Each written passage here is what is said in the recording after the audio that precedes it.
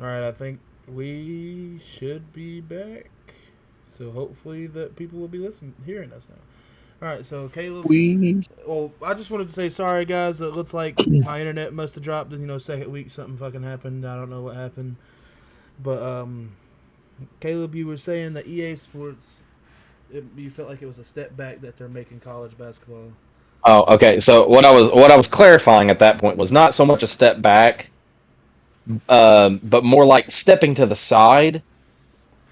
And I think we all can agree that what I was about to say was that EA kind of has a little bit of a problem with in-game purchases, and we all know it. Yeah. And I think that they kind of half-ass stuff on purpose because, as you know, look at Battlefield 2042 when it dropped, bro. Like it was, oh god, I was hyped for that game until I saw the gameplay and it was just not working. The servers, and I just feel like they half-ass a lot of the stuff and rush it, and then they use those in-game purchases as a way to sustain that game and make the money that they would have had if they had just devoted their time to making the game. Right. So, to me, if EA is going to do any kind of sidestepping or backpedaling or any kind of like going back, they need to go back to basics. And I would throw my money so hard at this game, but they need to make NBA Street Volume 3. I would buy that game in a heartbeat, no questions asked. I don't care if it was $80, I'd buy that game Well, because I know it would be a great game. though that's the part I realized that the internet went out because I ruined your nightmare, ruined your dreams because there's already an NBA Street Volume 3. Oh, well, then 4. That's There, what they need. there I already never played 3. there's not an NBA Street Volume 4, but there's an NBA Street Ballers, which is technically 4. Uh, well, it doesn't say Street Volume, so we're going to call that the redheaded stepchild of those games. I didn't play that one either. They just Street Volume 2 was really where I stopped playing. they just need to make a new game called NBA Street. Yo, man, yeah, do NBA Street. Yeah, people would get, I mean, that I would work with that because at least then I'd know the style they're going for, the type of gameplay they're going for, Right. you know. And let's all be honest here. That was honestly the Street Volume 2 game is probably the best. In my opinion, it's probably the best EA basketball game. I had so much fun on that game. I still have that game on the GameCube. I can Great agree. game. I could agree with that. GameCube era, once it ended, it was just, I mean, you saw, there was some, Nintendo had the quality when it came to games, Xbox had their thing and PlayStation had their thing, but it just feels like EA has just slowly made a decline, kind of like Activision. Oh man, Activision. Ugh. Yeah. But yeah, that's basically what I was getting at. Ridge, what you got to say about this? Oh, I already gave my 2 cents there in our part one of the video of just if you can make a video game that play, whether it's two separate video games of playing, college football or college basketball, excuse me, and then going into the NBA and allow me to progress my player, you got my money. I didn't. That's why I said I feel like they're gonna see how well they do on college basketball. Then, if it does really well, people's gonna scream for them to come out with an NBA game. I don't know how that's Yeah. really gonna work between the how I don't know if it's solely 2K now that EA stopped making them or how that works out, but I agree with you though. All right, so on to the next segment, which I said that we would talk about before. Well, no, I didn't, but You said it last week. you brought it up, Ridge. You brought up the ranking for college football 26, and that's what we're going to get into this next segment. We're going to talk about the top 25 teams in EA Sports College Football 26, which comes up this week. So, Ridge, All right. you got it pulled up.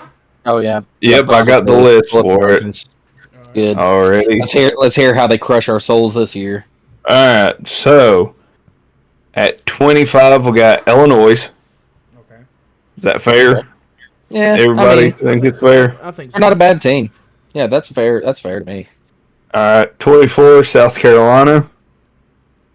I'm surprised they're not. Okay, higher. no, it's not so fair. I wish they were 25. Might I state? 23 is Duke. Okay. Yeah. 22 Auburn. Okay. All right. Yeah. 21 is Mizzou. I Okay. feel like they might be closer to top 15 than that, but I don't know about that. not top 15, but like closer to it, like somewhere like 18ish. I feel I like could, I feel like South Carolina should be over them. well, yeah, but I'll take So, South Carolina. all right. 20 Tennessee. I mean, with what happened last season, I feel like maybe we should be a little higher than that, but still at the same time, with losing Nico and it being a toss up on how we'll be, I guess maybe that's okay. The thing is we made it to the college playoffs, and Yeah, that's why I have a little issue with it too. I guess Okay. I guess you can rank us lower because new quarterback and all, but I don't know. Yeah, I don't know about 20. I mean, yeah, that made me a Okay, little I'm sick. not 100% set on how this ranking goes neither, so don't feel bad on where y'all are at because, Right. well, don't feel bad on how poorly you could say some of these come off as. Right. All right, and above Tennessee at number 19 is SMU. Okay, they had a good season, so I understand. I mean, they had a good season, but I just don't know about that either. Them being above Tennessee. Coming in at 18 is Indiana. Okay. 17 is Oklahoma. That's goofy, but okay. That's okay. Whatever. Oh, I just want 16, to punch the air right now. 16 is Ole Miss. Okay. Oh, okay. 15 is Michigan. I don't know Uh, why are they so high? They had a shit season last year. yeah, that's Again, good this point. this list will make you think what the fuck's going on. Michigan, like what? Did that happen? Okay, I can understand this one. 14 is Arizona State. Yeah, I can understand that. Yeah, all right. Yeah, I mean, I ain't mad about that. 13 is Texas Tech. Hmm. Okay. I think I don't know if I want to think about that one right now. At 12 is Florida. I'm not mad. Well, I mean, I know I, you're not I, mad, but yeah, that's honestly kind of fair because I mean, Florida's program is kind of on a build-up phase. They're getting right, a little better. So, right. But I don't know. oh I don't know how they go do their rankings and shit. But okay. yeah, I know this is It kind gets of doo doo. it gets a lot more fun at, well, Oh, I'm just even gonna say worse. the number one spot. All right, so above them at number 11 is Miami. Huh? I guess it makes sense with Carson Beck being there now. What? No. Oh man, I disagree. I don't think Carson Beck is that all that. Honestly. Number 10 is LSU. Okay, that's understandable. Yeah. Number 9 is Oregon. Okay, makes Mm, sense. yeah, I agree. Number 8 is Texas A&M.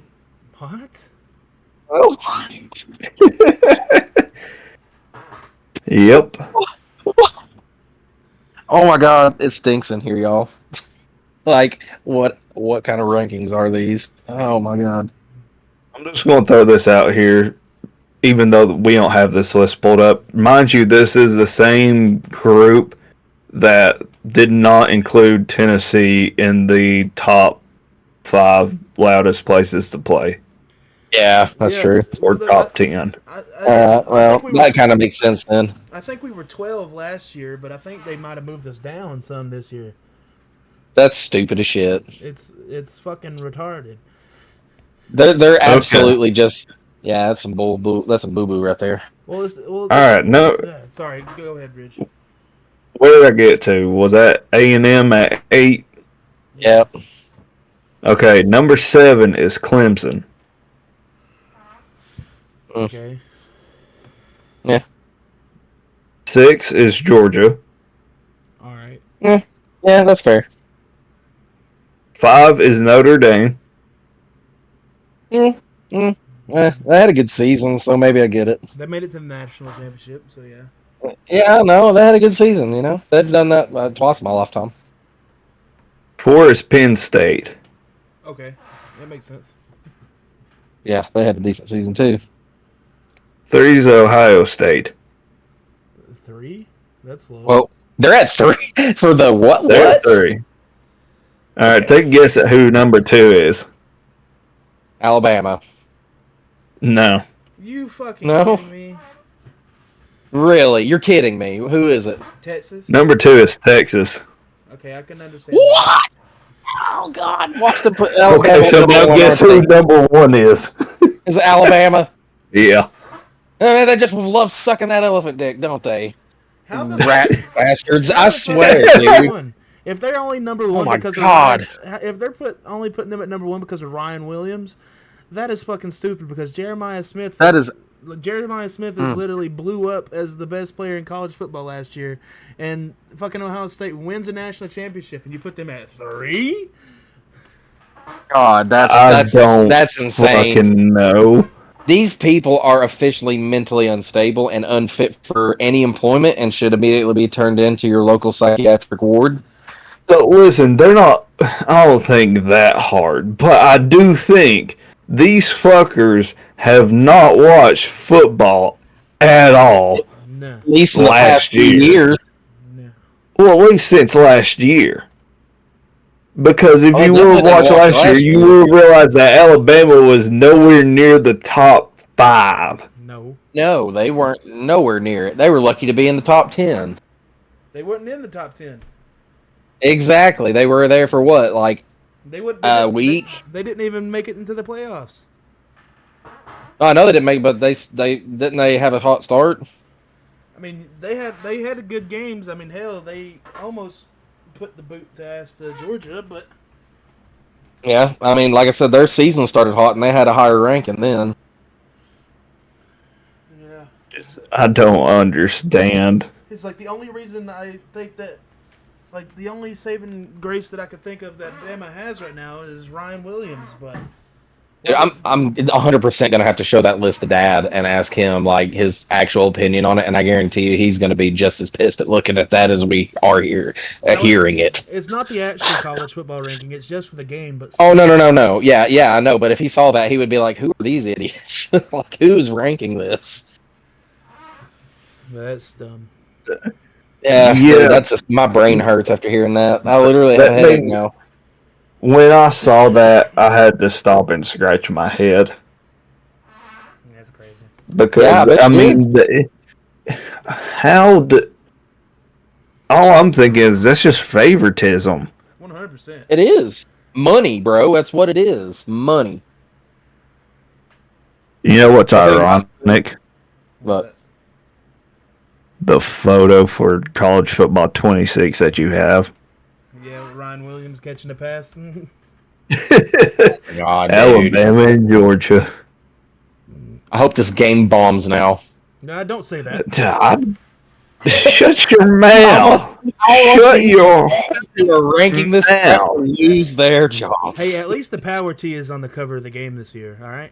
Yeah, I'll give him that. I'll give him that much. But let's talk about how bad they really screwed everybody on that. I mean, they really did snub everybody in a way. Now, I will say they do update their rankings with the actual college football 25 as the season goes. So I'll give them that. I know why they weren't watching these. I know why they weren't watching the damn games. They were too busy making the game and not paying attention. But still, you would think you would have someone in that building to say, okay, let's go off of the actual rankings that were given. Like they could. Yeah, like live rankings. They could have gone off the preseason top 25 or something like that. Yeah, They could. they could have done that, and that would have been more accurate. Oh, me. All right, you all ready to go to that? The audacity of this team, or of this company. Yeah. I mean, when you said Texas A&M, I was like, hey, you're kidding me. Now, number 8. And, And then, the fact that they oh, have did I hear Alabama? the fact that they have Kyle Field over fucking Neyland is insane. Yeah, yeah. And I'm not saying insane. I'm not saying Kyle Field isn't like loud. Yeah, no, loud we're because it's insane. no. It's an insane place, but not Neyland good. Oh yeah, Neyland is another. That's another thing. Hold on, I'm trying to pull up that list of the hardest stadiums to play in real quick. Because in the actual list, we're on that list. We're on the hardest actual play like colleges to play in. We're on the list, but the thing is we're number 12, like Rich said. Yeah, So but I mean, we should easily be in the top 6, maybe. so let me No, say, Tennessee should easily be in the top fucking 3, yeah, I'm about to read you the top if 10. not number Well, 1. I'm about to read. LSU's Okay, go loud ahead. too. I'm about to read you the top 10. So number 1 is Tiger Stadium, LSU, Death Valley. So I can understand. Yep, I can understand. I can understand the argument of that being the loudest stadium. But then number 2 is Beaver Stadium at Penn State. Huh.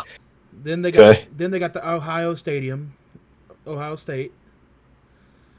Gross. Then they got Stanford, Georgia, Stanford Stadium, which I will say this: Calvin has actually played there, and he said it's insane. Yeah. So I'll give him that. Number 5, they got Bryant Denny Stadium. Huh? How do you have Alabama Stadium over Neyland? Yeah, yeah, that's retarded. That's just crazy. Then number 6. Oh, it gets better. Number 6 is Memorial Stadium, Clemson. Maybe, yeah. Number 7 is Ben Hill Griffin Stadium, Florida. Yeah, yeah. I'm fine with they us get loud. being at 7. I'm I've been there, with so I'm cool with y'all being that high because that's a loud place. I could see y'all being at 5 because it is loud. Fucking Gaylord Family Oklahoma Memorial Stadium. What, bro? No. No. They could be loud, but they're not that loud. Autzen Stadium. They're not like. Number 9 is Autzen Stadium, Oregon. No. Maybe, yeah. I can see it being They loud. yeah, How but they put the big it's not house allowed that often. How do they put the big house at 10? So, What? Michigan. Yeah, how do they put that at 10? That should be like easily a 6. No, okay, so the argument that is made with Michigan is that their stadium is built. There's a shit ton of people, don't get me wrong, Yeah, but your stadium's built out, not up. Yeah, I'll give you If that stadium was built up, it'd be a lot more loud, but it's built out.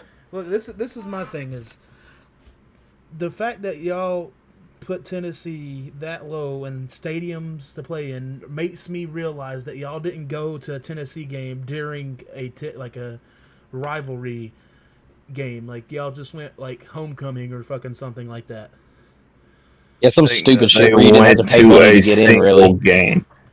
It's like y'all ain't gonna tell me that after watching the Bama game a couple years ago that you ain't gonna put us that high, or Yeah. any fucking game that's like a SEC game or anything like that. Dude, I went to the Mississippi State game last year and I was like, golly, like this is loud as shit. Like, and I was like, that's the thing about what you said about the big house. It's built out. The thing about Neyland, it's literally a bowl. Like, Yeah. that's the whole point with Built up. like all of these other stadiums. Like they have some kind of outward, or like some of them are bowls, but it's like not like how Neyland is. When you're in Neyland, you can literally physically hear the sound bouncing off the fucking walls. You can feel it. You can feel it, like especially You can legitimately feel it. like when you first get there and you hear the band warming up, you can physically feel it and hear it. So it's like I don't It's know. insane. I ain't got any more to say on it. I just think it's dumb, bro. Like, And I'll say a weird side piece. well, go ahead. Okay, so weird side piece mention. Okay, I don't understand still like why WWE does not hold events at college football stadiums. Yes, dude. Like if they wanted to have massive crowds, take for example Neyland Stadium, they would have a big ass crowd. Now, take it'd be it. I full. get it. It's not in a big ass city or anything, but still, you're gonna have a lot larger, what y'all love to call gate.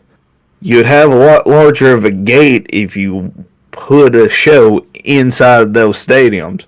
If you took one of those events up to Michigan and put it in the big house, you're definitely going to have a massive show. If y'all can do it in NFL stadiums, especially one like Nissan Stadium, you can do one in Neyland. Yep.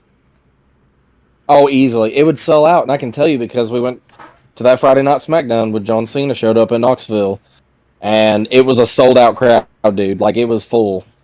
Like, if they had a show at Neyland Stadium, they could have probably the biggest, well, at least The largest audience on a regular show. Ever. And, So you'd have the biggest United States show for a premium live event. You would have the largest. If you used almost every single seat that's in the stadium and including the ground level, you would have a shit ton more than WrestleManias have ever had. You would have you would have almost probably already 100,000 just in the seats. Just in the seats. That's not including people sitting down where the field would be. Right. That'd be crazy. I mean, I've been saying that. That would be insane. I've been saying they need to hold like Royal Rumble or something like that in Neyland for a minute. So. Ooh, man, dude, Royal Rumble or SummerSlam, or not SummerSlam. At least start off with something like a Money in the Bank or Backlash, one of the smaller ones. Or Bad Blood. Hell, fuck it. Start off with fucking your third evolution. Yeah, fuck it. Start there, and you're in a massive stadium for that. Yeah.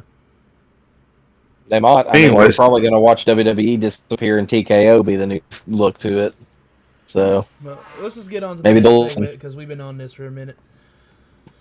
All right, so next segment, which we're going to keep with the college football thing, but we're going to, since, me and Caleb are Tennessee fans and Ridge is a Florida fan, we're going to give our predictions for each team.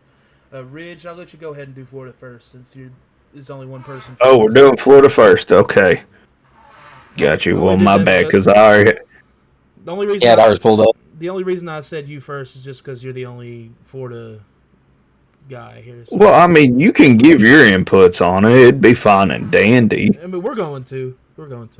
I had Tennessee's schedule pulled up first. That's the reason why I was saying something. Okay, are you still on it? You keep on it, or are you on Florida? No, I got Florida's now. Okay. All right, go ahead.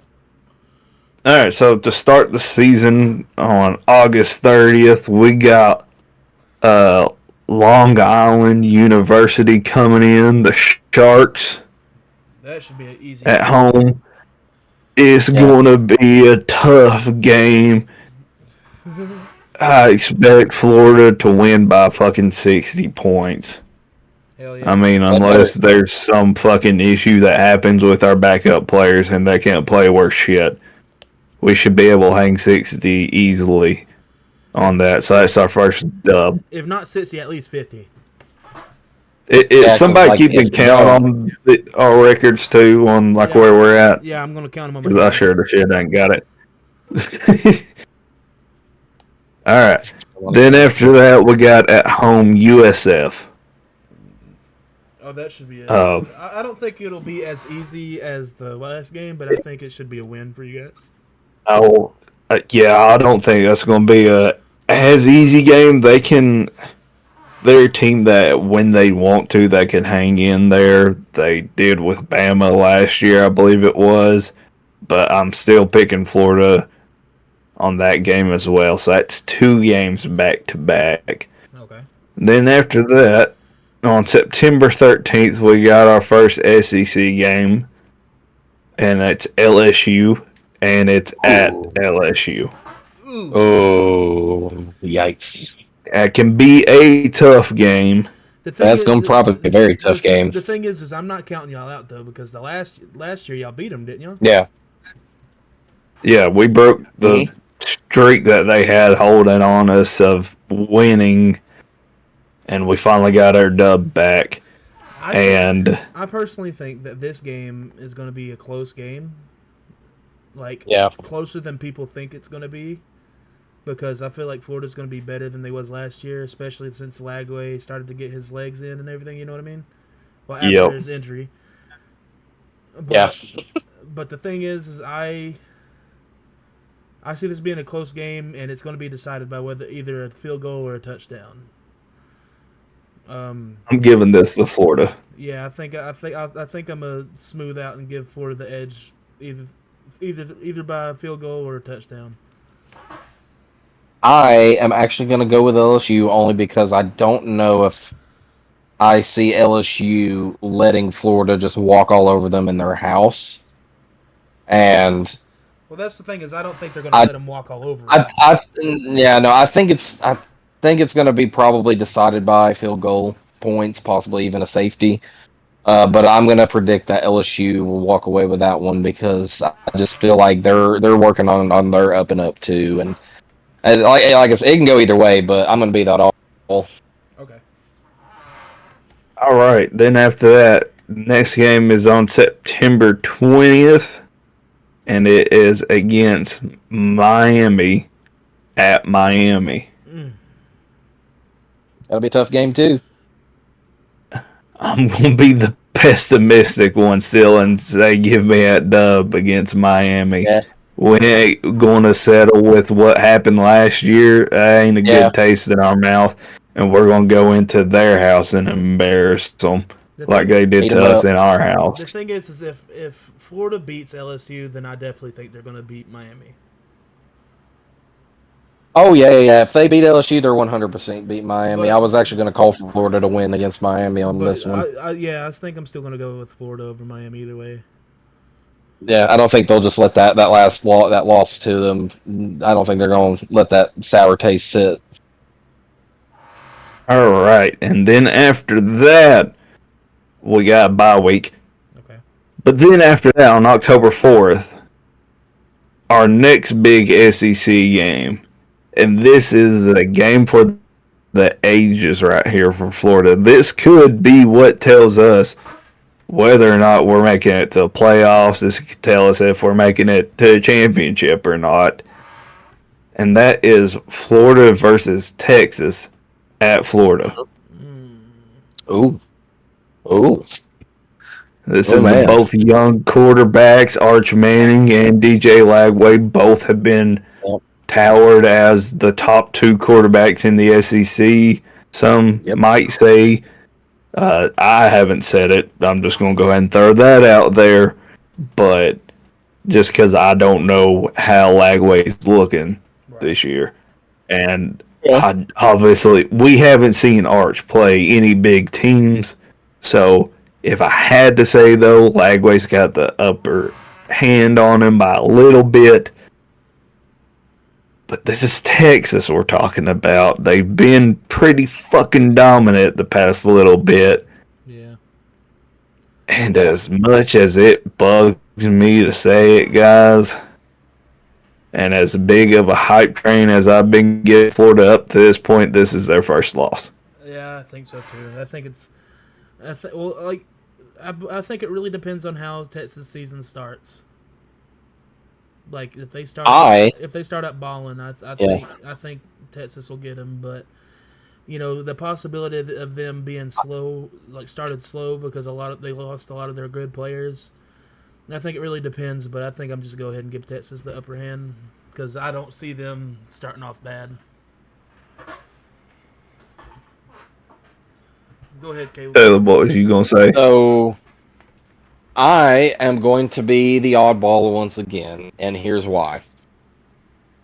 I think that there's going to be such a hype around Texas beating Florida as people thinking, oh, this is probably an easy dub for Tex and easy dub. I think that we're going to witness a either Tennessee versus Georgia moment or Tennessee versus Alabama moment. I think we're going to get one final real good play out of Florida for a win for the game. So I'm going to go with Florida on the win, but I'm not saying it's going to be dominant. That's for sure. I think it's going to be fighting for their life. I can get behind that. Caleb, I'm glad you're optimistic for Florida in that game, and the fact that the Florida fan isn't. I Well, think like I it's just said, that you don't like the Longhorns. well, here's the thing. I have been a Tennessee fan for a long time now, and I have this feeling that Florida is about to have their moment again, because if you've noticed, a lot of the teams that weren't even thought about ever going back for that title, the national title, you know, Tennessee was definitely part of that conversation for a long time of not going because we couldn't get our program together. Now Florida has maintained a decent program for a little while. They really bumpy ride. But I don't like I said, I don't care for their coach at all, really.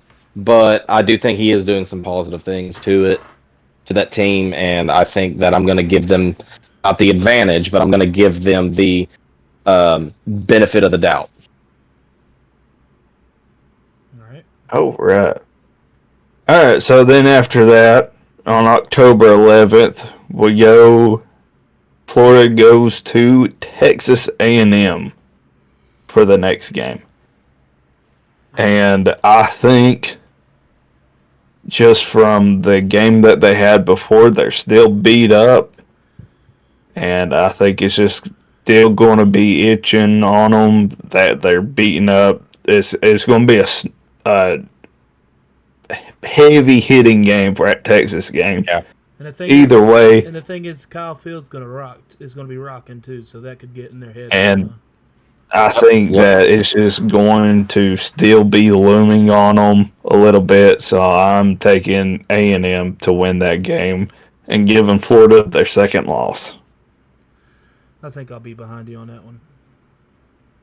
So I'm behind you on that one for the simple fact of the fact of Texas being that rough game that beats them up hard, and I feel like they're going to end up not being as I feel like they're going to not be at 100% when they go against A&M, and I think A&M is just. I don't think they're going to be beat the holy hell out of Florida, but I think they're going to end up squeaking by. Yeah. All right. Well, I might have been fibbing on where the first bye week's at because this also looks like a big ass gap between. Maybe it's just me, so I'm going to say we normally get 2 bye weeks. That had that correct. Yeah, you get 2 bye weeks, so. Because then okay, never mind. I think I have it right. And then after that, October 18th, we're back at home against Mississippi State. That should be an easy game. My optimisticness is kicking back in. They've had time to recoup after the 2 losses. They're getting their head back in the game. They're back at home. So give me the dub for Florida at home against Mississippi State. Yep, I agree. Yeah, I agree, but I also think that my prediction is that the first half for Florida, they're going to come out kind of rocky, and that they're going to end up having to be a second half team to pull that win off. I don't. So I'm going to go with Florida. I don't think so. I think being back in the swamp and the crowd rocking, and like you said, they're going to be rested. And Mississippi State, at least last season they wasn't that great. So if they start off this season the same way, I think it's going to be a slobber knocker. Well, I was going based off of because y'all's predictions is a little different from mine from the past too. So based on my prediction of them beating Texas and then losing to A&M, I think that they start off rocky, but they kind of catch that stride finally, and that they end up pulling it off hardcore in the second half. I understand that. Okay. Just based on what I was predicting earlier in the season. Right. Okay. All right. Then after that, we got the next bye week. So we get to relax, recoup, rejuvenate. We're feeling good. We're feeling healthy because we need to. Because on November 1st, we have our neutral site game in Jacksonville, Florida against the Georgia Bulldogs. Oh. And by God, just from last year, if Lagway wouldn't have went out, that was a really close fighting game. So give me Florida to finally get another dub since 2020 was their last dub against Georgia. Give me that dub against Georgia. I think Georgia's going to have an off year, so I definitely think Florida's going to win Yeah. this one. I think with all the changes coming at Georgia right now and how they've kind of struggled last season, I feel like you're probably right. I'm going to call for Florida to actually step up and beat Georgia, and I'm hoping they do because Tennessee definitely needs to beat Georgia this year. We need to do something a little bit different. All right, then after that, on November 8th, we got Florida is traveling to Kentucky to take on University of Kentucky, obviously. Give me the dub on that. Yeah. Yeah. Easy dub for y'all. Yeah. All right, so we're all in agreement on that one, so that's a pretty quick one. Yeah. Oh yeah, the Gators are gonna chew up that. They're gonna chew up the copycats. All right, moving on to November 15th. Could be a slightly tough game. I don't think so, though, because they've lost their quarterback. But at the same time, it's just a team that you'd never know about. But we're still on the road, and we're going into Mississippi to play Ole Miss. Give me that dub again. I think I'm going to ride with that because... Yeah, go for it. Yeah, I was just saying, I just think that because, I mean, I don't think that Ole Miss is going to have exactly an off season, but it's going to be more off than what they're used to. Yeah, I mean, they haven't shown amazingness. They haven't shown amazingness, in my opinion, in about the past 2 years, really. Yeah. But that could just be a Kiffin thing, you know? I was about to say, give me a little side prediction. I predict that this year we're going to get from Lane Kiffin more so than he does with Florida. Anytime the Florida job gets talked about, I think we're going to see him get throwing out some teases of moving on even harder from Ole Miss. Whether he does or not, probably not, but I think he's going to actually have a different school in mind instead of just liking some little stupid post that somebody else makes. Yeah. All right. Could be. Then that brings us home on November 22nd. And guys, y'all are going to be fighting with me maybe on this one. Because November 22nd is whenever Tennessee comes to the Swamp. Yep. And it's gonna be a tough game, I think, still, because it always is for the most part. But I'm still taking that dub. I mean, I get where you're coming from. Just based off of last year. Yeah, I'll say that. I'm gonna say this. If we open up the game like we did the last time we were down in the Swamp, you're beating our ass because I was there the last time that we lost to you in the Swamp, and we were there, and it was very sad. And we were there the time before that. That whole game, by the time the second quarter had started, I was already not in a good mood, and people were, "Have fun, Caleb." I'm like, no, okay, like I'm watching my team not shoot themselves in the foot; they're shooting themselves in the head right now. Like, they are blowing it, and they're not. It was ugly. I know you are. Ugly game, and I'm hoping that we show more signs of life this time, because even if we lose, I'll take losing to y'all in the Swamp. I get it. I'm not too mad about that. I'll take losing to y'all in the Swamp as long as we put up more of a fight. The thing is like, if y'all can do what y'all did last year with putting up a fight and going to overtime again, that'd be fucking great. Yeah. That'd be a great game. I'd enjoy it. My only issue too is I don't know about y'all's quarterback. Yeah, that's my just because I haven't really watched him. That's my only thing. Now I'll say this: he looks good from what we've seen. He looks good. Then we said that about Nico too. But here's the thing: Nico Nico was good, but he had a self-inflated ego from the people around him, and that screwed him over hard. And now he's got to learn that.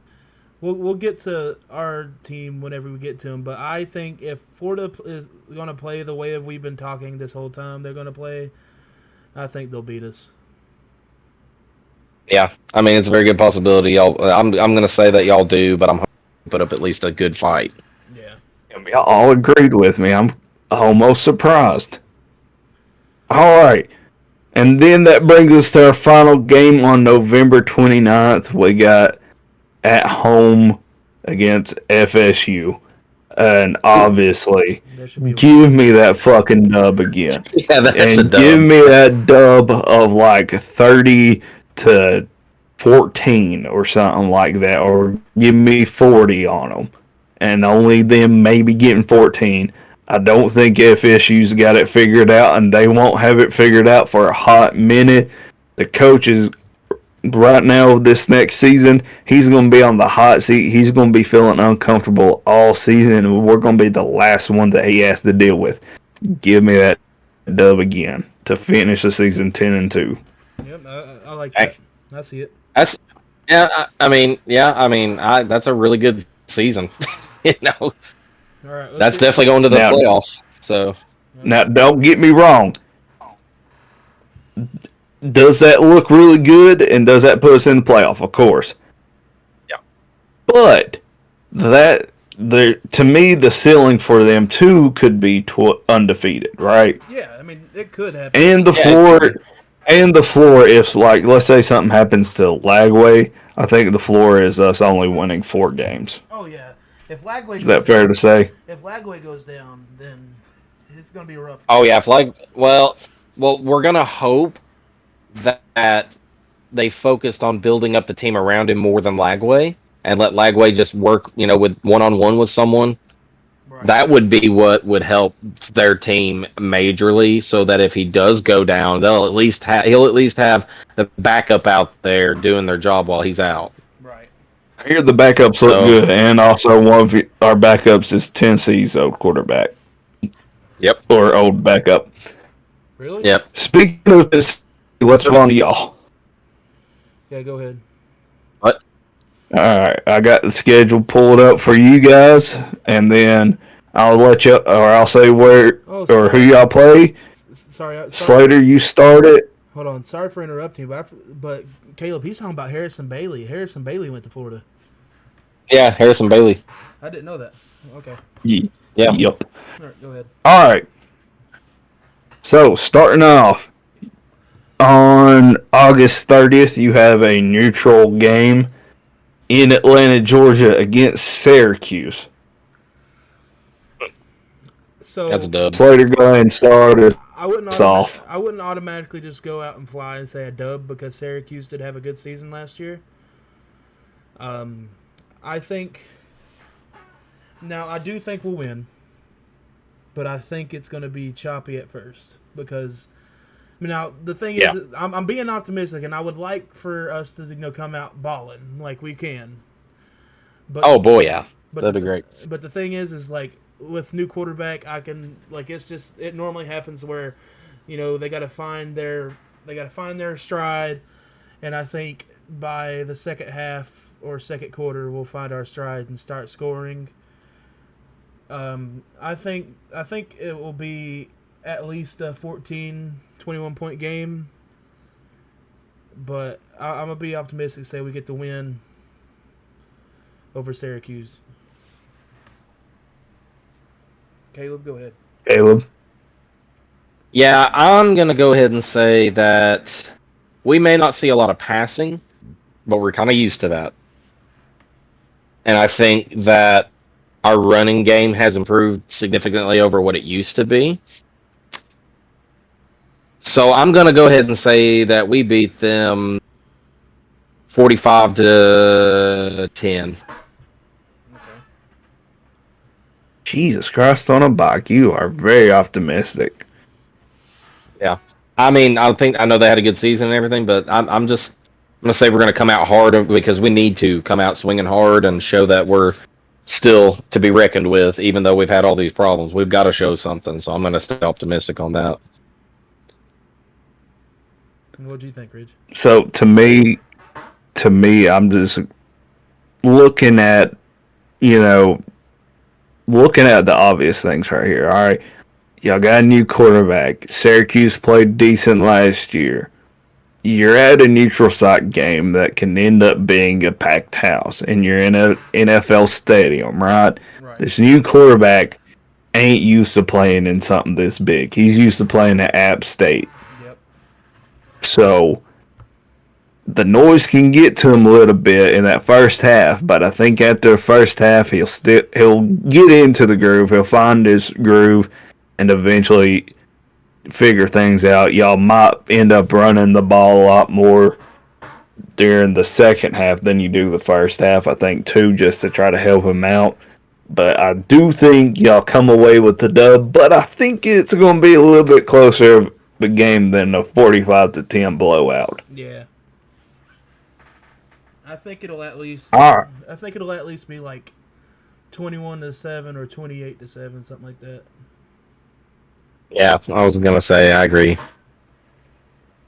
All right. Then after that, on September 6th, Tennessee is at home against a team that is close, well, kind of close to home, and that is ETSU.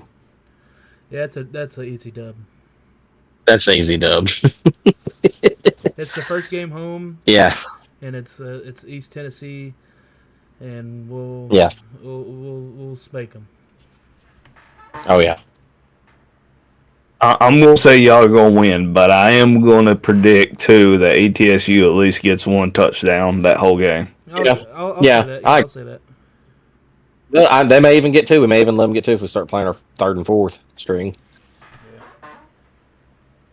All right. Then after that, on September 13th, y'all have y'all's first true test, and it's at home against the Georgia Bulldogs.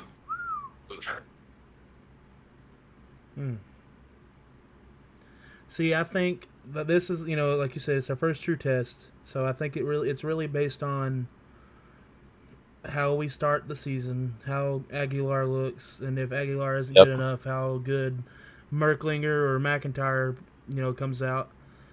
But I think if our defense holds up like it has past couple seasons, because it could, we still got a good defense, and I think we could possibly win this, but I think it's going to be like the Bama game. It's going to be a nail biter, and we might possibly get another fine. I'll be optimistic, say we win by a field goal.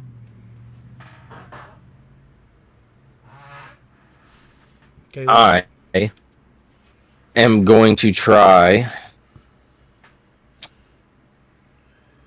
to stay as optimistic as possible because we need to beat Georgia this year. Yeah.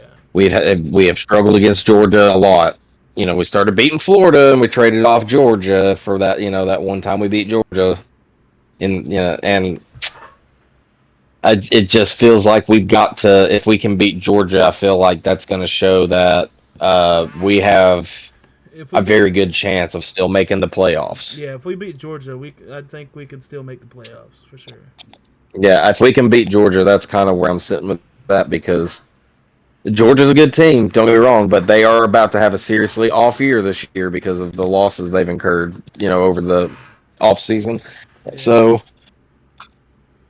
and Tennessee's lost people too, but, we've still got some people that are very important to our staff, and I think that it's a possibility that if we beat them, it could be, I'm going to call it by 1 point. Literally, I think it'll be within a point. Okay. Listen, y'all might end up not liking how I do y'all's this for be honest, the schedule. Be honest. I'm going to be but too, so. Well, I'm going to tell you this too. It was tough for me because it was either I did this with Florida or I did this with Tennessee. Because I'm looking at y'all schedule. Y'all can easily be a 10-2 or better, right? For sure. And we're about the exact same. I feel like when I look at the schedule. Oh yeah. But at the same time, there's always that chance of it not being 10-2 and somebody's got to get the 9-3. Yeah. So I hate to be a Davy Downer. I got y'all at 9-3. That's fine. Yeah, and you're giving us the loss from Georgia, I assume. And Georgia's the first loss you're going to bite. That's Yeah. good. I mean, it's very good. It's a very good possibility. Yeah, I'm not. I mean, it's the first home game for this quarterback. This is probably going to be a lot more rowdy than the game in Atlanta against Syracuse. It won't be the first game for. Well, the first game home is the ETSU game. Well, the first big game. Let me rephrase that. I'm sorry. First SEC game. First SEC game. That's the first game where you're going to more than likely have a sold out crowd at. Yeah. Is going to be this Georgia game. And that's the thing is, like, if anything comes into play, and if we come off and we do better than we think we're going to, it's going to be because of the crowd. And listen, too, another thing for me is while, yes, Georgia has lost a lot of different things, I think that our defense is still going to figure out a way to stop y'all. They're still Georgia. Like, and they're still Georgia, right? So I'm going to give this one to Georgia. I'm so sorry I'm having to do this. Respectfully, bro. Respectfully, I get it. Yeah, I mean, I get it, dude. Like, it's going to be a hard game. All right. After that, on September 20th, still in Knoxville, you got coming to y'all's house UAB. Smashed, boy. Like, they're done. Like, they're there for the check. Look, the last time I went and watched my team play against a college football team that had barely been around, we fucking lost. And that's true. The fact we're going against UAB, who years ago didn't have a football team because they literally couldn't fucking afford them. Yeah. If we lose to them, I'm fighting somebody. I don't care who it is. If we lose to them, I don't know if I want to watch the rest of the season. Me and Caleb might go outside and just bots for no reason. I can just imagine just imagine outside your grandparents' apartment complex. Fucking bot sitting there squaring up. Why did we say this? We brought it into existence. Somebody drives by. What's going on? Fucking Tennessee lost to AUB. AUB, what the fuck? UAB. Like, you just got me over there lying on the grass at World Star with my phone sticking up. Now listen. Hey, this isn't a game that I'm picking for y'all to lose. Right, of course. This is one of those games that even though that it's UAB, you always have at least one game that you don't think could end up being a close one because of how small they are. It's like and this is that team for me. It's like every time we play App State. App State always gives us a game. So, like, I could see it happening. It's just we better not lose. And this could be if for some reason y'all fell off y'all's rocker this year, which I doubt, but for some reason this could be the same as I can't remember how long ago it was whenever y'all lost to Georgia State. Oh my God, bro! I remember watching. It could be the exact same thing because that was at home too. That's what I was talking about. Seeing my team lose to a team that wasn't even barely around. When we played Georgia State, they hadn't been a team for 10 years. Like they wasn't even a team for 10 years, bro. Like it's just one. There's always that one team. Like for us, it's going to be USF, right? Yeah. For y'all, it's going to be UAB. All right. I got you, Matt. But I do see that being y'all's win. Okay. All right. After that, on the 27th of September, y'all finally take off on the road for your first road game, and it is against Mississippi State. I think we'll win. Later. I mean, yeah.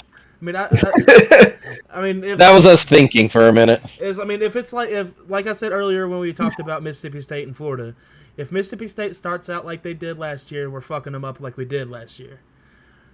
Yep, I agree. If they start out kind of strong, it's going to be a back and forth game, but I'll still give us the dub by at least 10 points.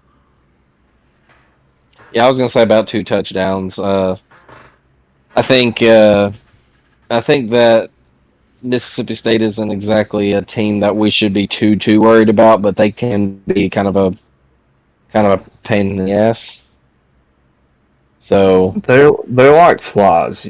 Sometimes you yeah, just can't get rid of them. Yeah, for real. yeah, Better yet, they're like a fucking gnat. Like you see them right in front of your face, you try to smack them, and you thought you got them, but Nope. for some reason they're right there at yeah. your They ear just now. spawn another one. Just right back in the ear. Just.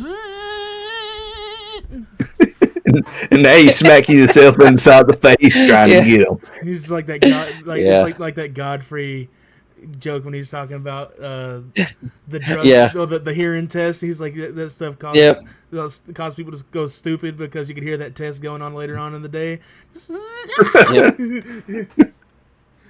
All right, Oh for yeah. me, it's a dub for y'all. Y'all got that one. I think that's gonna be your easy dub. Yeah, for sure. Another easy dub. All Hope right. so. After that, I think this is where y'all. Oh shit! Fuck. Sorry, it end up making the schedule super small. I think this is where y'all get a bye week too. I think I'm not 100% sure, so don't kill me on that. Uh, but then on October 11th, you're back home against the Arkansas Razorbacks. It'll be a tough game, but if we don't fucking win, I'm gonna be pissed because we should have won last year. Yeah, yeah. We should have won last year.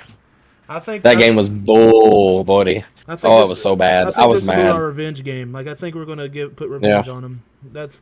I think we're gonna show up, and I I think don't think it'll be everybody's gonna have that fire to beat them. I don't think it'll be a slobber knocker, but I think we'll win by at least a touchdown. I was gonna say we'll probably. I think we'll win by. I was gonna say we're gonna win probably by like 8 points. Because the only reason I say that is because Arkansas is a good team and they got a fantastic coach and they got a fantastic quarterback. That quarterback they have is absolutely insane. But I think this is our revenge game for last year, so I say 7 points. Bridge. Caleb, you already said your piece on it. Yep.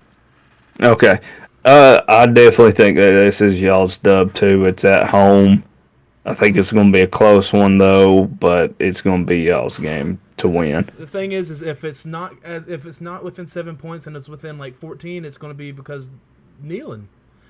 And I know I say that a lot with us, but I feel like they tout for our games and like our team, the kneeling effect, man. Like, You're fucking kryptonite sometimes. yeah. I mean, just think of creepy Rocky Pop playing in the knot. Like we have that real energy of Wait, what'd you say the date for the game was? October 11th. Okay. Yeah. All right. So yeah, I think we'll win. All right. Let's try to get through these a little bit quicker, I think, because I don't know how long we've been on this. We've been on and this we for still a got good- some Been on it more for about stuff. 15 minutes. I'd say about 15, 20 minutes. Oh now. no, we've been on this for a good minute, brother. Like 40 Oh. minutes probably. Excuse me. Holy crap! All right. All right. So, all right, y'all go away on October 18th. You're on the road against Bama. Boy. This is a game that I think that it depends on how we go throughout the season. Yeah. And depends on how Bama goes throughout the season now with the new quarterback. And it really goes on how Bama starts too. If Bama starts out slow, I think we'll win. But if they start out hot, we could possibly lose. But it's in Bama, right? Is that what you said? It is in Bama. Shit.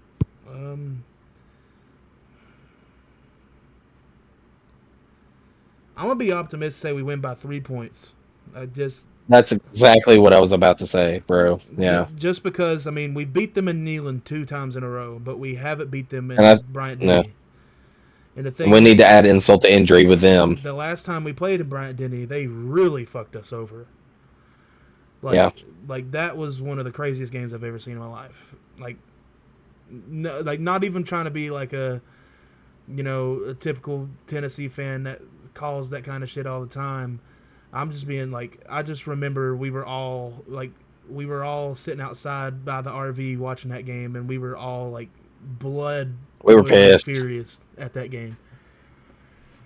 But if we win, it'll be by 3 points. If we lose, I think it'll also be by 3 points. I think it's 50-50, but I'm being optimistic and giving us that 3-point lean. Yeah, I'm hoping that Bama can start. I'm thinking that Bama isn't going to start off very hot because I don't really have faith in their new coach, honestly. He has done some kind of decent stuff from the last season, but like nothing to be proud of, that's for sure. And he just seems like he doesn't know what he's doing. That's just my opinion. Honestly, I like Florida's head coach better, and I like that head coach. That guy's not. I don't think he's a good fit for Bama if they want to actually win anything like big. In all fairness, though, he had for that to be in his first season, he had a better record than Saban did his first season. Yeah. At Bama. Yeah, just not with wins that really mattered, you know. I don't know. I mean, the record's your record at the end of the day, and like I said, he had the better record. Did he go on to play in the playoffs? No, but again, it's his first time, and a lot of guys dipped and a lot of guys came in. I think he's still doing pretty good there. I was gonna y'all say, are playing. Do what? I was going to say, they damn sure tried to put Alabama in it. We all know it. We watched them try to ebb them closer and closer to trying to sneak their way in. They, like you saw it, the media was all over it. Well, dude, it was so obvious they wanted Bama to get in no matter what, and I was like, that eats me alive. Well, so I think it's going to be another hard-fought game for y'all. And I also am going to be optimistic for y'all and say that you get the win at home or against Bama at their house. Dub. All right. After that, October 25th, you're still on the road and you go up to Kentucky to play. Oh, we're fucking them up. Yeah, we're beating that Wildcat ass for copying our checkerboard. And talking all that smack and getting beat every year by us because they keep talking smack and not doing any. They won't ever back it up. The thing is this will have to be our black uniform night. Oh God, yeah. Because we're not. You're on the road. We can still wear our black uniforms on the road. It's just like we're not. I think the next night's whenever y'all are doing it at home. Okay. Well, I was just saying because we don't get to do the spooky Rocky Top thing, so it's like that's the only reason I said that. Okay, so I don't think y'all. Were you saying your black uniform or the black uniform? Just your greats? I don't think y'all doing the black uniforms this year. I think the only uniform that you're doing different is the smoky gray one. Oh, we're gonna do the black uniform. It's a regular uniform now. Yeah, and the Adidas one. No, we don't. If you do, we don't. Get it'll Adidas be on the 11th. We don't get the Adidas. Oh, okay. We don't get Adidas for that season. Oh, that actually looks really hard, by the way. All right. For me, this is again another one of those games. It's according to what time you're playing in Kentucky and how they're looking to by this point in their schedule. I think it's still going to be a slugfest y'all are having, but I'm still going to give it to y'all, even though it's going to be a slugfest. Now, I don't think it'll be an easy W. I think it's going to be a game, but I think we'll win, of course. So. Oh no, I'm predicting we beat them by 21. All right. Then after that, on November 1st, this is where I think that y'all will bring out whatever uniforms you're in, because it's normally either November. Well, it's either going to be November 1st or November 15th whenever y'all do homecoming. Yep. And normally that's whenever they like to throw out those uniforms. No. So you're back at home. Normally at homecoming games, they like to wear either the orange and white, or they like to do the tribute to Pat Summitt and they wear Summit blue. Yeah. Like the Okay, orange it'll jersey either is be Summit that blue. or during your senior night. Senior night makes more sense. Either be that or senior night. One of the two. Either way, it's during this time of the year. I think you got your whatever I just said, the first one, then your senior night. Anyways, you're back at home and you face off against Oklahoma. I think it'll be a slobber knocker. More than it was last year.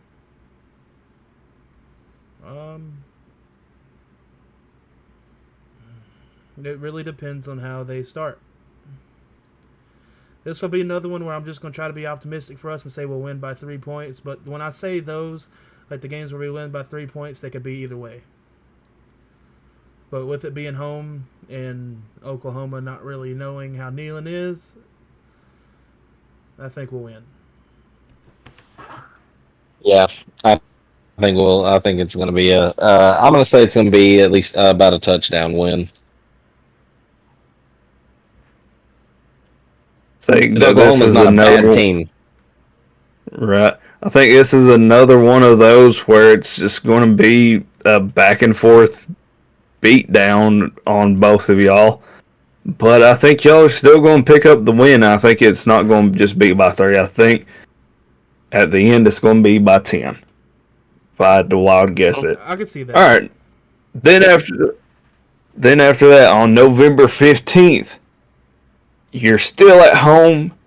And I imagine this is a homecoming game just because of who you're playing, and it's New Mexico State. That's definitely our homecoming game. Oh, that's a dub. That's a dub. Yep. Yeah. That's a double win right there. All right. So, y'all, I think y'all are. If I had to wild guess it, y'all probably think this is like one of them smash mouth games where you take off and run with it, right? Probably. Yeah. Okay, here's my thought. After playing beat up game after beat up game after beat up game after beat up game, you're going to need to rest your guys. Because after that, y'all come down to the swamp. Yeah. Well, that's the point. So you're going to be playing. That's the point of having playing our third. I think during the New Mexico. Right. But I think by the time you get to New Mexico State, you're going to be playing your second and third strings the whole game. And it's still going to be slightly close just because you're playing your second and third strings. Now, is it going to be super close? No. But it's not going to be a blowout. No. But I am giving you the win still. Okay.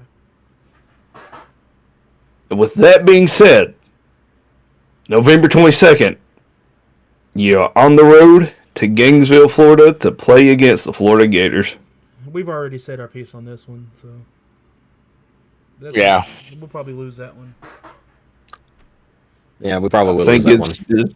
I think it's just where you guys have been beat up after so many different fucking games. Yeah. You're still not in a good recovery track, and you've been going on a great winning streak, but streaks got to die somewhere. Yep. And that's where it's going to die for y'all at. Then to end y'all season, you come back home on the 29th to face off against Vanderbilt. And that's going to be a tough game, too. That's going to be a tough one. Vanderbilt always gives us their best, and they're usually pretty good, but I still think Tennessee will win it. I think it'll be a very close game. Maybe 10-point game. The only reason why I think I give us the up on it, because Vanderbilt's going to be good. Like, that's a no-brainer. Vanderbilt's going to be a good team. But I think that Vandy's going to get 2 in over their head. We're coming off a loss from Florida, and they're playing in Neyland. That's the one thing Diego Patvia has not dealt with, and that's Neyland Stadium. He can go on, the busing with the boys or the bros, whatever it's called, and say that they're going to run Tennessee after this season. I don't think so. I just Yeah, I don't think I so. like Diego a lot. I think he's a fantastic quarterback. I'm glad that he's changing around the culture in Vandy. But I don't. I think he's getting in over. He's going to be in over his head, especially when that kneeling effect kicks in.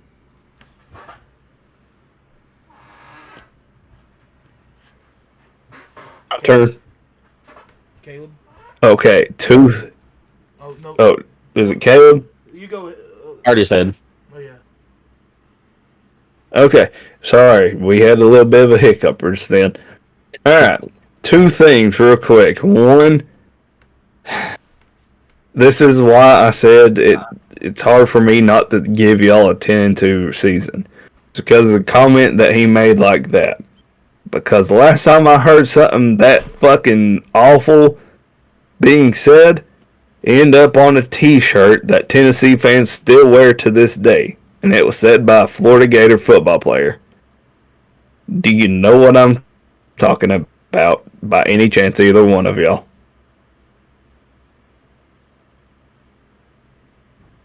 I'm going to take the silence as a nope. And that's the saying, can a duck pull a truck? Yep. Oh yeah. Sorry, I was going to respond with that, but I had to run to the bathroom real quick.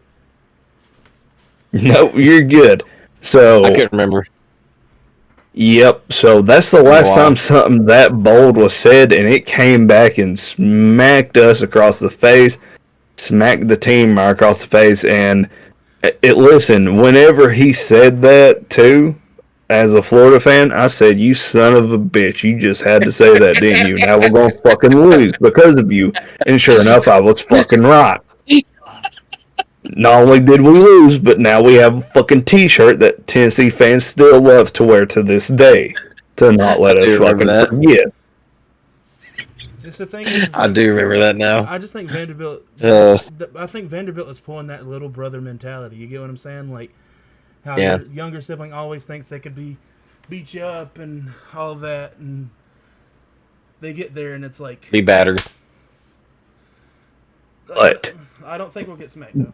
Just well, okay. So, Well, but just because I said that y'all aren't going to be 10-2, and I did not know where to put this at, and I have my reasoning.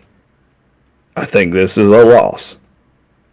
It's respectful. My reasoning is because Vanderbilt does look good.